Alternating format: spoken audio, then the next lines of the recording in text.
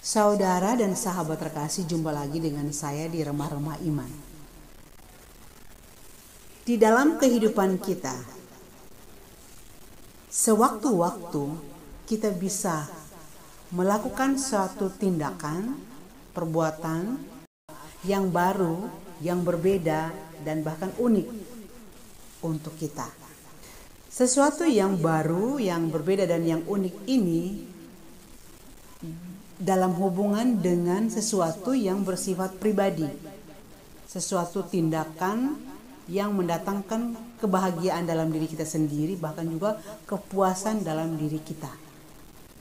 Bagaimana hal ini kita bisa mengubahnya untuk menjadi sesuatu yang membuat hidup kita lebih berguna, lebih bermanfaat, bahkan lebih bermartabat. Dan yang terpenting di sini adalah bahwa di dalam sesuatu hal yang kita mau lakukan ini yang sifatnya menyenangkan diri sendiri dan mendatangkan kepuasan bagi diri kita sendiri, pada saat ini juga kita alihkan untuk kebahagiaan orang lain, sukacita orang lain, kepuasan orang lain, yang boleh saya katakan bahwa di dalam situasi itu bagaimana kita membangun kesehatan dan keselamatan jiwa kita maupun kesehatan dan keselamatan jiwa orang lain. Hal ini sulit, tidak mudah, tetapi bila ada niat, ada kemauan, ada ketekatan, maka ini semua bisa terjadi. Saya pernah punya pengalaman kecil, tetapi saya ingin berbagi kepada saudara dan sahabatku semua. Poin yang pertama, pada saat kita marah itu terjadi karena kita tersinggung, atau kita terluka, atau kita kecewa. Dan wajar, tindakan pertama kita adalah pasti kita marah. Di dalam marah itu, kata-kata kita kadang-kadang kurang terkontrol. Dan bahkan tindakan kita juga kadang-kadang kurang terkontrol. Karena emosi kita sudah meledak-ledak. Tetapi bagaimana di saat marah itu kita bisa menjadi orang baik. Bahkan jiwa kita tetap sehat, tetap terselamatkan, dan jiwa orang lain tetap sehat dan terselamatkan.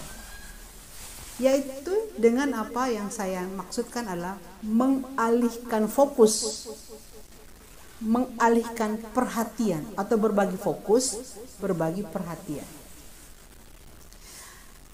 Saya pernah melewati sebuah masa di mana ketika anak-anak saya berbuat salah, saya ingin memarahi mereka pada saat itu juga. Tapi entah kenapa, seperti ada sesuatu yang mengendalikan saya untuk menunda kemarahan itu pada minggu depan atau 2 minggu lagi. Saya turuti apa yang mendorong saya dari dalam untuk tidak memarahi anak pada saat dia melakukan kesalahan, tetapi saya menundanya pada waktu berikut. Dan apa yang saya alami pada waktu berikutnya, di mana kesempatan saya sudah memutuskan untuk memarahi dia. Pada saat itu saya mendapatkan hati saya, pikiran saya itu lebih tenang daripada saat saya sedang marah pada waktu yang lalu. Sehingga kata-kata saya kepada anak-anak, bahkan tindakan saya kepada anak-anak, itu tidak sampai kepada hal yang akan menimbulkan luka batin bagi anak itu. Disinilah saya mengatakan bahwa bagaimana kita mengubah fokus, kita mengubah perhatian, atau berbagi fokus dan perhatian pada saat kita marah, kita tetap mendatangkan keselamatan, kesehatan jiwa kita maupun orang lain. Itu contoh yang pertama. Dan kita mendapati diri dalam keadaan tenang, walaupun kita mengalami kekecewaan, walaupun kita mengalami ketersinggungan, walaupun kita mengalami terluka. Tetapi kata-kata kita, tindakan kita itu lebih kontrol bila kita membagi fokus, bahwa tidak harus kita penuhi kemarahan kita pada saat itu, tapi kita bisa menundanya pada waktu yang lain. Hal ini bila dilakukan ulang-ulang, Mungkin nampak di depan mata orang lain kita tidak tegas, tidak masalah. Tetapi bahwa kita mempunyai sebuah niat bahwa kita mau membuat sesuatu yang baru, yang berbeda, yang unik di dalam hidup kita.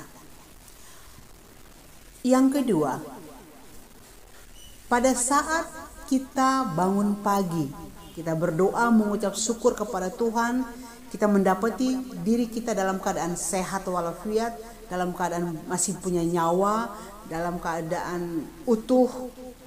Kita mengucap syukur kepada Tuhan atas kondisi kita dalam keadaan baik-baik saja. Nah, pada waktu itu, karena kita ingin juga berbagi fokus dan juga berbagi pengalaman, maka kita memang fokusnya kita kepada Tuhan, mengucap syukur dan berterima kasih. Tetapi pada saat itu juga kita memohonkan rahmat kepada mereka yang sedang dalam keadaan tidak seperti kita. Mereka sedang sakit, mereka sedang dalam keadaan tak berdaya, mereka sedang menangis, sedang berduka, bahkan kondisi tubuh mereka tidak utuh, mungkin mereka lumpuh, mungkin mereka buta dan tuli, dan mungkin mereka mengalami kecacatan. Kita mohonkan rahmat agar Tuhan memberikan kepada mereka rahmat sukacita, rahmat penghibur, rahmat kesembuhan, dan lain sebagainya. Sehingga pada saat kita dalam keadaan bahagia, dalam keadaan syukur, kita masih juga membuat orang lain dalam hidup mereka lebih baik. Yang ketiga, pada saat kita makan dan minum, kita mensyukuri bahwa kita mendapatkan rezeki yang cukup. Pada saat yang sama, kita secara serta-merta, secara sadar, juga mengingat kepada mereka di dunia ini, di belahan dunia lain lagi yang tidak mendapatkan makanan dan minuman seperti kita. Bahkan mereka sedang mengemis, sedang berusaha payah, sedang bekerja keras, tetapi hasilnya tidak memuaskan, hasilnya tidak memadai. Pada saat itu juga kita memberikan santapan rohani juga kepada mereka, yakni dengan membawa mereka kepada Tuhan dan meminta Tuhan datang kepada mereka untuk memberikan kelegaan untuk haus dan dahaga mereka pada saat itu juga. Dan ini kita melakukan terus-menerus dalam hidup kita. Yang keempat, ketika kita mendapatkan sebuah situasi terselamatkan, atau situasi selamat dalam sebuah perjalanan, atau kita mengalami sebuah situasi di mana mendapatkan solusi, jalan keluar bagi persoalan kita. Pada saat kita mensyukuri atas rahmat keselamatan, atas terbukanya pintu solusi buat kita, saat itu juga kita berdoa, Tuhan, saya sudah merasakan betapa susahnya bila saya sedang dalam sebuah persoalan yang berat. Sekarang Engkau berikan saya solusi. Maka pada saat ini juga saya mengingat kepada semua orang di dunia ini, bahkan teman-temanku yang mengalami kesusahan, yang mengalami sebuah keterpurukan. Tuhan buka jalan kepada mereka seperti Engkau membuka jalan kepada saya. Dan masih banyak lagi. Mungkin contoh yang terakhir, yang kelima, saat anak-anak kita mendapatkan fasilitas yang berkecukupan. Pada saat ini di rumah kita, di tempat pelayanan kita, semua anak kita mendapatkan fasilitas untuk bisa belajar secara online. Kita merasa bersyukur sekali bahwa anak-anak kita belajar dengan rasa nyaman. Pada saat yang sama, dengan penuh air mata, dengan penuh kerinduan, kita berdoa juga, Tuhan, masih banyak anak-anak di daerah-daerah tertentu, masih banyak orang tua di daerah tertentu mengalami kesesakan, di mana mereka tidak dapat belajar dengan memadai. Mereka tidak dapat membantu anak-anak mereka belajar dengan nyaman karena fasilitas untuk belajar online itu tidak bisa mereka jangkau. Mungkin mereka tidak mempunyai HP, atau mereka mempunyai HP tetapi tidak ada jaringan buat mereka, tidak ada dana untuk pulsa mereka. Tuhan, bantulah mereka. Tuhan, sayangilah mereka. Contoh-contoh tadi adalah sebuah kehendak Tuhan yang baik dalam diri kita.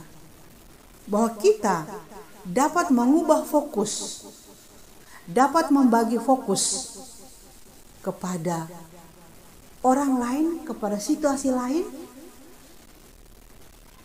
di mana orang lain juga membutuhkan cinta kita, perhatian kita pada saat kita sedang mengalami kesusahan, kesulitan, atau pada saat kita mengalami kebaikan dan sukacita.